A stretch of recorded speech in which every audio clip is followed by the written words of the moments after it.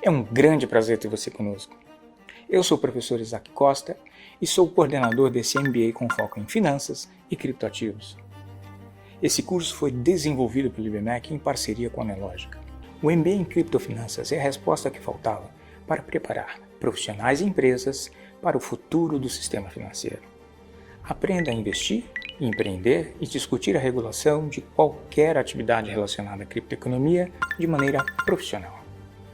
Nesse mercado tão promissor, nós estamos aqui para ajudar você a identificar as melhores oportunidades, os potenciais ganhos e prevenir-se dos riscos. Vamos traçar uma jornada de sucesso, trazendo o universo das criptomoedas para o seu dia a dia. Novamente, seja muito bem-vindo.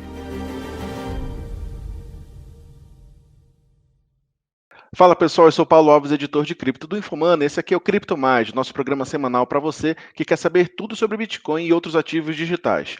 Hoje é o nosso último programa de 2022 e a gente vai falar para você qual foi a história do Bitcoin durante esse ano e como foi que a moeda digital passou de 47 mil dólares lá em janeiro para pouco mais de 15 mil dólares recentemente nos últimos dias do ano. O que será que levou a criptomoeda a despencar nesse ano que passou e está acabando agora? Bom, já vai deixando seus comentários aqui embaixo e deixa o seu like, claro, no vídeo e vem aprender muito mais sobre Bitcoin depois da vinheta.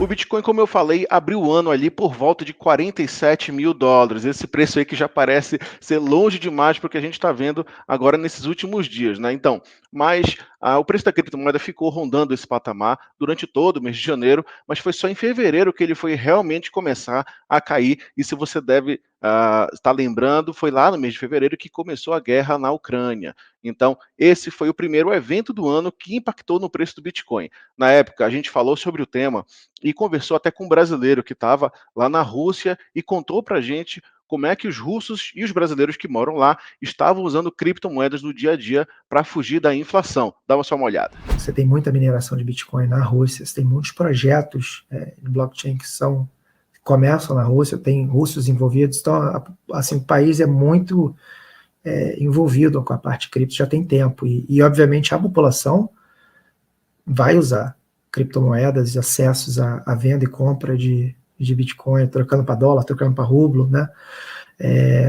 Para tentar realmente ter aí uma reserva, uma segurança no seu patrimônio, né? O quanto que isso está sendo feito, que percentagem do patrimônio as pessoas estão usando, é difícil precisar, mas com certeza isso está acontecendo. Você tem OTCs que trocam dinheiro, pagamentos por Bitcoin, e até o presente momento as exchanges ainda estão conseguindo fazer o on-ramp e off-ramp com os cartões. Então, isso está acontecendo, isso é um fato, e realmente há pessoas que inclusive recebem salários em cripto, né? Bom, depois que passou aquele primeiro baque ali da guerra na Ucrânia, o Bitcoin disparou e chegou a bater a máxima daquele ano e bateu aí 48 mil dólares. Isso já foi no mês de março, no dia 28 de março.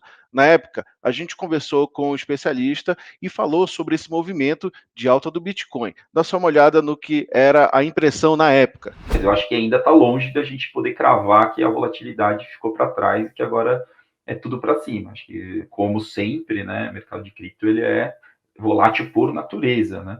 Então, acho que tem vários fatores aí, tanto no cenário macro como no próprio mecanismo de funcionamento do mercado cripto, que podem eventualmente postergar um pouco, mas eu particularmente estou bastante otimista nas últimas semanas.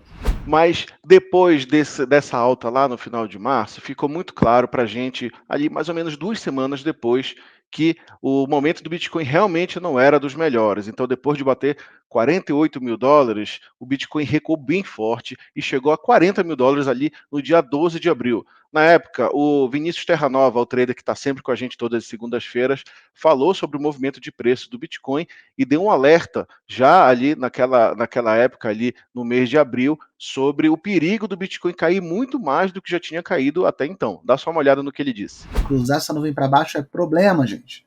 Problema, porque quando a gente cruza a nuvem na semanal, a gente geralmente tem movimentos impulsivos muito fortes. tá? A gente cruzou em 11 mil e foi até quase 70. Né? A gente aqui cruzou ela nos 8 mil e fomos a 3, 4. Foi 3.800, é quase 4. Aqui em 2018, cruzamos ela aqui na faixa dos 6 mil e fomos até os 3 mil. Né? Então, a gente tem esses períodos que a gente cruza para baixo da nuvem, e o que todos eles têm em comum?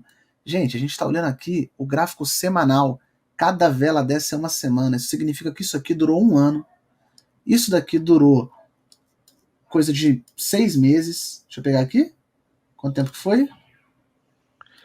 Foi 17 semanas aqui, foi menos.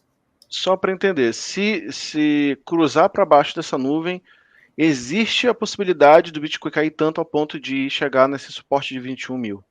Existe. Baseado no histórico, pelo menos. Sim. Bom, mas foi só no mês de maio que realmente o cenário se mostrou muito mais sério do que a gente imaginava. Se você lembra bem, foi lá no mês de maio em que teve toda aquela crise da Luna, que é a criptomoeda do ecossistema Terra, que junto com a stablecoin UST entrou no que se chama de espiral da morte, e ela acabou evaporando do mercado. As duas juntas, quando foram a zero, fizeram sumir nada menos que 50 bilhões de dólares do mercado cripto. Eu conversei sobre o assunto lá no mês de maio com Alexandre Vazarelli, da BLP Cripto. Dá só uma olhada. Quando a gente lançou o fundo, a gente começou o fundo em janeiro de 18, foi o primeiro fundo de criptoativos do Brasil. E lá tinha BitConnect, que eu acho que era o 5º maior ativo. BitConnect, a gente olhou, era uma pirâmide clássica. E ele ruiu bastante rápido. Tipo, eu acho que foi 1 mês. 5 dias assim, a gente nunca tinha visto. Acho que nunca tinha acontecido, mesmo porque eram 50 bilhões de dólares, né, o Terra Luna. O que eu acho que vai cada vez... O que vai acontecer é o seguinte, os projetos meio piramidais, eles vão ficando mais complexos, então é mais difícil você ver. A Terra Luna, muita gente séria comprou e recomendou, porque era um projeto que hoje a gente sabe que não para de pé, mas em algum momento lá ele podia funcionar. Então, quando ele comprou Bitcoin, que para mim foi um desespero, se o Bitcoin fosse para 100 mil dólares, ele estava colateralizado, ia ter dado certo. Então, a minha recomendação é tudo que é muito, muito bom para ser verdade, é muito bom para ser verdade. Então, use o bom senso. O cara dá 20%, dólar mais 20, sem risco, não tem. Então, se tem muito retorno, tem muito risco necessariamente. E se você não entender onde está o risco, não tem aquela máxima, você está na mesa de pôquer, não sabe quem é o pato? Provavelmente é você. Provavelmente é você. Bom, e logo 1 mês depois aconteceu o pior. Logo depois da Conferência Consensus 2022, lá no Texas, nos Estados Unidos, inclusive eu estava lá vendo todas as novidades do setor. Assim que terminou o evento, parece que foi combinado, o Bitcoin despencou. No dia 13 de junho, o Bitcoin caiu 11% em um dia e chegou a 23 mil dólares. No final daquele dia, o Bitcoin ainda ia seguir ele até 22 mil dólares e seria aí uma das maiores quedas diárias no ano da criptomoeda. Na época, de novo, conversando com o Vinícius Terranova, ele falou sobre até quanto o Bitcoin poderia ir. E lembrando para todo mundo que, apesar de ter chegado aí muito próximo da máxima do ciclo anterior, próximo de 20 mil dólares, ele alertou já, desde lá em junho, que a queda poderia ser muito mais profunda se a gente fosse levar em conta o percentual de queda do Bitcoin em cada ciclo de baixa. Dá só uma olhada no que ele disse. De todos os bear markets, tá? Vindo lá de 2013, a gente tem em 2013 uma queda de 82%. A gente tem em dezembro de 2013 até ali 2015, o nosso primeiro grande bear market, que a gente pode chamar, né? Porque aqui atrás não tinha tanto volume assim, mas ainda teve correlação. Caímos 86%. Bem, 2018, né? Que todo mundo lembra, sofrido, muita gente chorou no banho. 84% de queda. Mini bear market aqui do Covid, né? Só para a gente não perder o gostinho do desespero e da lágrima salgadinha no rosto, 72% de queda. Mas não vamos contar muito ela, tá? Porque isso aqui foi um cenário bem atípico, a questão do Covid. Hoje, nós estamos bem longe. Isso aí, como tá vendo que eu estava fazendo isso aqui ontem? Tem que fazer agora de hoje. Ó. Até o momento, a gente caiu 65% no topo. Para a gente cair os 80 e poucos em média que faltam, a gente tem que cair para 9 mil. E logo uma semana depois, ou seja, nem deu tempo para respirar, e nessa queda do Bitcoin de 11% em um dia, a criptomoeda de novo voltou a recuar e chegou ali a experimentar o patamar de 19 mil dólares, que a gente viu que se prolongou por bastante tempo no ano de 2022. Naquela época, a preocupação dos investidores estava aí em torno do fundo hedge Three Arrows Capital, que era um grande hedge fund que tinha investimentos por vários setores do mundo cripto e também concedia e tomava empréstimos de vários outros players do setor. Depois a gente vinha descobrir que a FTX era uma das grandes empresas que tinha sido abalada por esse fundo e que mais tarde vinha a ser realmente a ficar insolvente. Na época, quando a gente gravou um vídeo aqui no Crypto Mais com o Samir Kerbaj, que é o diretor de tecnologia da Hashdex, a gente ainda não sabia muito bem a extensão da crise do Three Arrows Capital, o que ela poderia causar no mercado cripto. Mas na época ele já alertou que se a crise de liquidez fosse realmente muito séria e tivesse ainda muita gente para se desalavancar, realmente a gente poderia ver um efeito dominó na indústria. Olha só o que o Samir falou naquela época. Se tiver muito mais liquidação para acontecer de Bitcoin, por exemplo, é capaz de ter um impacto muito negativo no Bitcoin no curto prazo. Então, a gente não sabe ainda a extensão dessas liquidações e o efeito sistêmico disso, ou seja, alguém que emprestou dinheiro para a Three Arrows Capital vai tomar um prejuízo e ele pode quebrar também. Então, você tem um risco, né, de ter um efeito dominó de outros players serem contaminados por essa falência, por essa insolvência e também se tornarem insolventes. Então, tem esse risco de curto prazo, né, assim, de uma liquidação muito grande, pressionar muito o preço do Bitcoin para baixo. Se isso acontecer, assim, a tendência é que esse preço se recupere rápido. Você tem o caso de efeito dominó, do risco sistêmico maior, e vai gerar um medo maior no mercado, que pode gerar uma queda um pouco mais acentuada, né, que pode demorar um pouco mais de tempo para se recuperar. Tá? Então, eu acho que em geral, esses são os riscos que a gente vê mais de imediato. E enquanto isso, enquanto o Bitcoin estava se desvalorizando, na época já chegava aí a cerca de 75% de perdas nesse ano, a gente foi falar com alguém de El Salvador, que é o país que tornou o Bitcoin uma moeda de curso legal. E muita gente se questionava na época, como é que será que essa população desse país, que é um país bem pobre da América Central, está lidando com a desvalorização brutal do Bitcoin no ano? Na época eu conversei com o Miguel Martínez, que era um comerciante ali de gás, de uma região bem pobre de El Salvador e que usava Bitcoin para atrair seus clientes. Eu perguntei para ele o que ele achava que poderia acontecer se o Bitcoin deixasse de ser uma moeda de curso legal no país. E olha só o que ele falou para mí. ¿Cree usted que hará falta el Bitcoin como moneda de curso legal en El Salvador? Pues fíjese que esa pregunta está interesante porque no creo que llegaran a quitar el Bitcoin. Pues aquí, como le digo, las personas que le echamos ganas y le entramos a eso, pues somos los que, digamos, ayudamos a eso. ¿Verdad? Pero no creo que lo vayan a quitar. A mí me parece bien. Bom, mas depois de todo esse período de crise, o mercado cripto teve um momento de alta nesse ano, mas não relacionado ao Bitcoin, mas sim ao Ethereum. O ano de 22 ficou marcado por uma crise das criptomoedas no geral, mas também porque o Ethereum passou por uma atualização muito importante chamada de Merge. Ela aconteceu em setembro, mas desde julho os efeitos dela já começaram a ser sentidos no Ethereum, que disparou de preço, disparou em cerca de 50% em um mês. E a gente falou isso aqui no programa. Lá em 25 de julho, quando o Bitcoin estava mais ou menos de entre 22 e 21 mil dólares, o Ethereum a 1.400 e 1.600 dólares, eu conversei com o Ney Pimenta, o CEO da Bitpreço, e que falou sobre o que ele achava sobre essa alta do Ethereum naquela época. Não é só especulação, a inovação tecnológica que ele está trazendo é extremamente importante. Algumas outras blockchains já... como eram mais simples, né, e menores as blockchains, elas já implementaram ou já nasceram com essa implementação, né, de Proof of Stake, e tem se mostrado algo que realmente muda a experiência do uso e o potencial de uso da blockchain, né? A gente viu aí a BNB, Binance Smart Chain, que cresceu absurdamente, a gente vê outras que têm alguns mecanismos semelhantes, né, tipo Solana e tal, onde você não tem o Proof of Work, né, que é estupidamente dispendioso, né, no quesito de energia. Então, é sim uma inovação muito importante. Eu acho que é um divisor de águas para o Ethereum.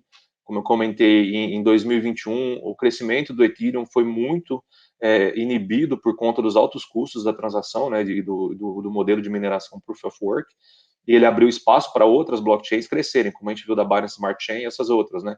Então, uma vez que com essa inovação a gente remove esse inibidor de crescimento, vamos dizer, que tinha na blockchain do Ethereum, ela passa a ter um potencial enorme de crescimento. Então, assim, não é só especulação, é realmente um divisor de águas aí na parte de tecnologia e potencial da Ethereum.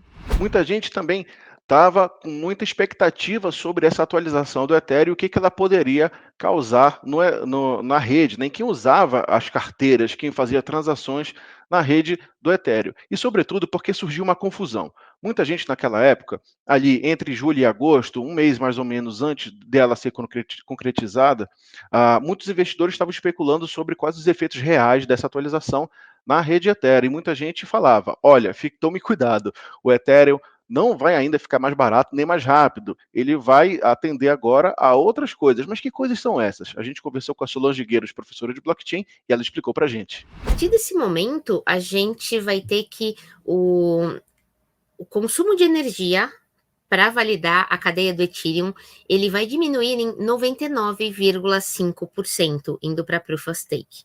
Então, todas as críticas sobre o quanto é gasto com energia, com as máquinas para fazer a validação da rede Ethereum, não fazem mais sentido. Imagine que você vai gastar, a partir dessa atualização, só 0,5%.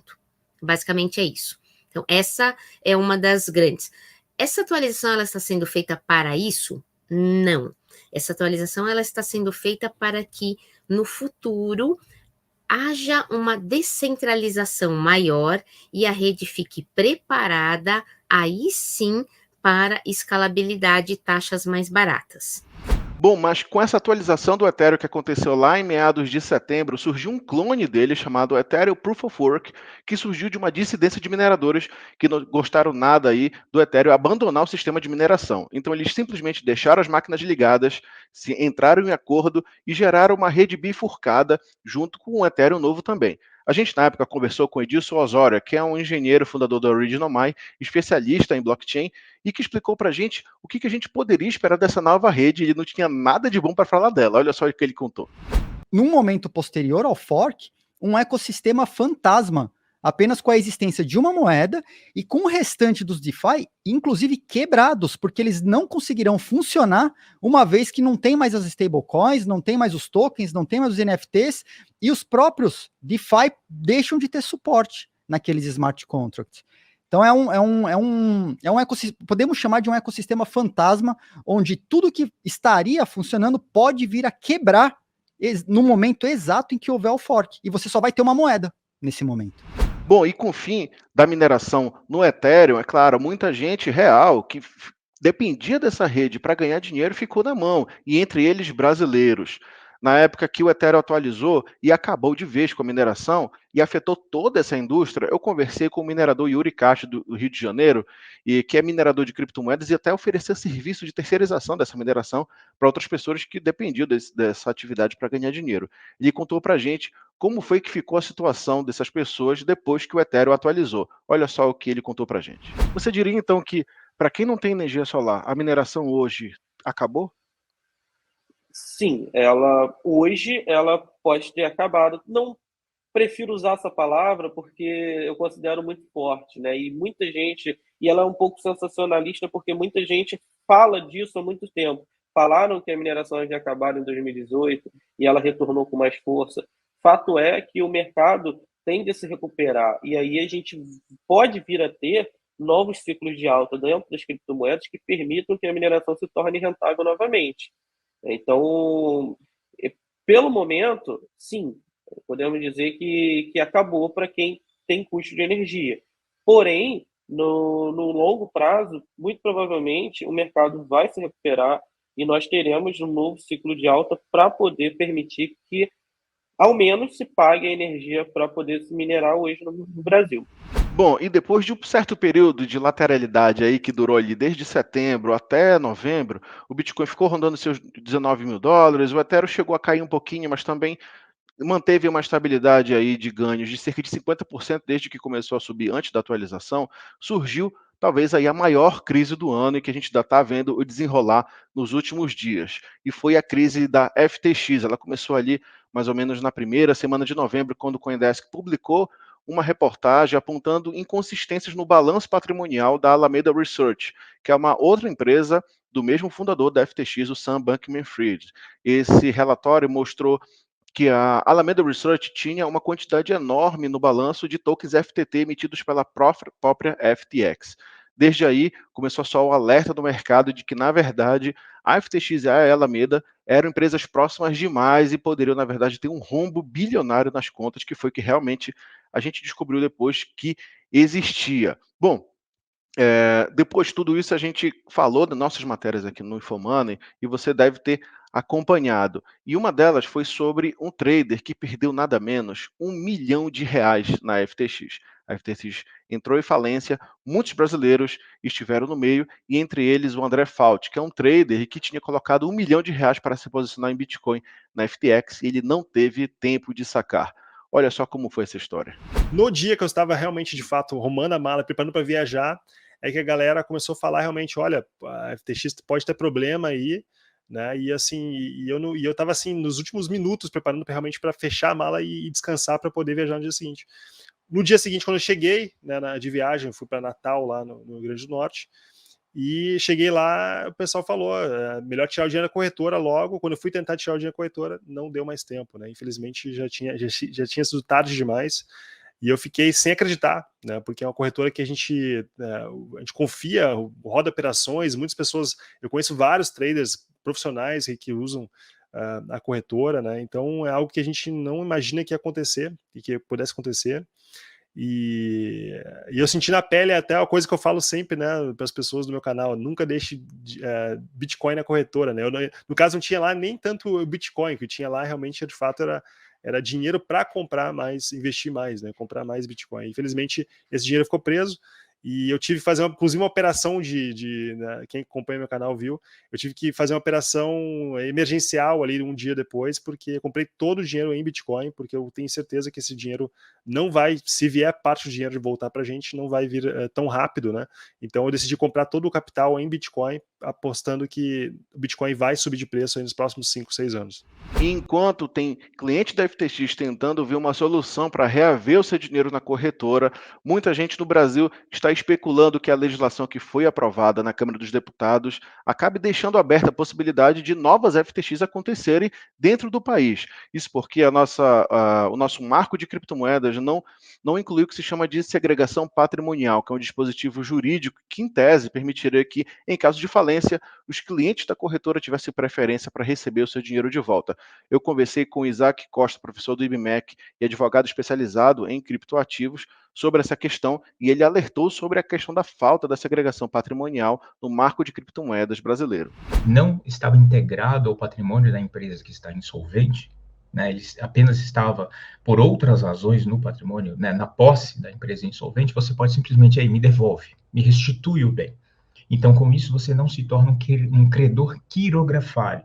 Você não precisa ficar na fila de credores com o prato na mão, esperando, não é, o seu saque ser honrado. Então, na prática, a segregação patrimonial, ela garante que, juridicamente, os patrimônios sejam distintos e, diante de uma situação de insolvência, você possa pedir de volta imediatamente a restituição do que é seu. Bom, até aqui o Bitcoin já tinha caído para próximo de $15 mil, o menor patamar aí desde meados de 2020, antes do Bitcoin ter toda essa subida que chegou ali até perto dos $70 mil. Ele caiu então de 47 mil até 15.500 mais ou menos. Lá em 12 de dezembro, quando o Bitcoin estava próximo de $17 mil, o CryptoMais publicou uma entrevista que eu fiz com o Jimmy Song, que é um escritor e desenvolvedor dos maiores nomes aí, evangelistas de Bitcoin no mundo. Ele que se define como maximalista de Bitcoin, ou seja, aquela pessoa que acredita que apenas o Bitcoin é a criptomoeda verdadeira e que nenhuma outra vai sobreviver, falou com a gente sobre as críticas que ele tem sobre o Ethereum, mas também sobre o que ele espera que vai ser o comportamento do Bitcoin daqui para frente. Para ele, o Bitcoin vai se recuperar, assim como todas as outras vezes, e vai surgir mais forte mais na frente. Olha só o que ele falou sobre o próximo ciclo de alta da criptomoeda. Bull market starts with the halving and then it continues over like the next year or so. At least that's been the pattern. Now, is the halving stuff going to matter? I mean, I think it does because you're going to get a supply shock. But there's always two sides to any price, which is supply and demand. We know what the supply is going to be. We know the schedule and everything else, but the demand side is the part that's really hard to predict. And that's kind of what you're alluding to, which is that from a macroeconomic perspective, is there going to be enough demand for Bitcoin? And my guess is yes. Now, the quantitative tightening is not going to happen forever. There are just way too many consequences to raising interest rates too far that governments aren't going to be able to deal with. So if you have 10% interest rates or whatever, that's also the interest rate you're going to have to pay on your treasuries as they roll over. They can't really do that for very long. Bom, pessoal, esse foi o programa de hoje. Esses foram os 10 fatos que levaram o Bitcoin a cair de 47 mil até 15 mil dólares e também, no final, uma projeção de preço, aí, uma projeção de recuperação do Bitcoin aí para o ano que vem, ou 2024. Deixa aqui nos comentários para gente quando você acha que o Bitcoin vai voltar a subir. Aliás, você acha que o Bitcoin vai voltar a subir ou você está no time das pessoas que acreditam que a criptomoeda vai acabar? Deixa seus comentários aqui pra gente, deixa o like, claro, no vídeo, compartilha com aquele amigo que gosta de criptomoeda e quem sabe perdeu dinheiro, conseguiu sair a tempo, enfim, deixa suas impressões sobre o mercado e acompanha a gente aqui para o primeiro programa do Cripto Mais em 2022, na próxima segunda-feira. Eu espero todo mundo aqui. Até lá.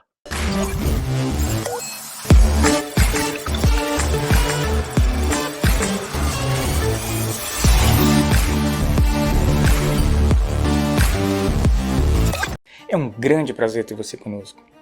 Eu sou o professor Isaac Costa e sou o coordenador desse MBA com foco em finanças e criptoativos. Esse curso foi desenvolvido pelo IBMEC em parceria com a Nelogica. O MBA em criptofinanças é a resposta que faltava para preparar profissionais e empresas para o futuro do sistema financeiro. Aprenda a investir, empreender e discutir a regulação de qualquer atividade relacionada à criptoeconomia de maneira profissional. Nesse mercado tão promissor, nós estamos aqui para ajudar você a identificar as melhores oportunidades, os potenciais ganhos e prevenir-se dos riscos.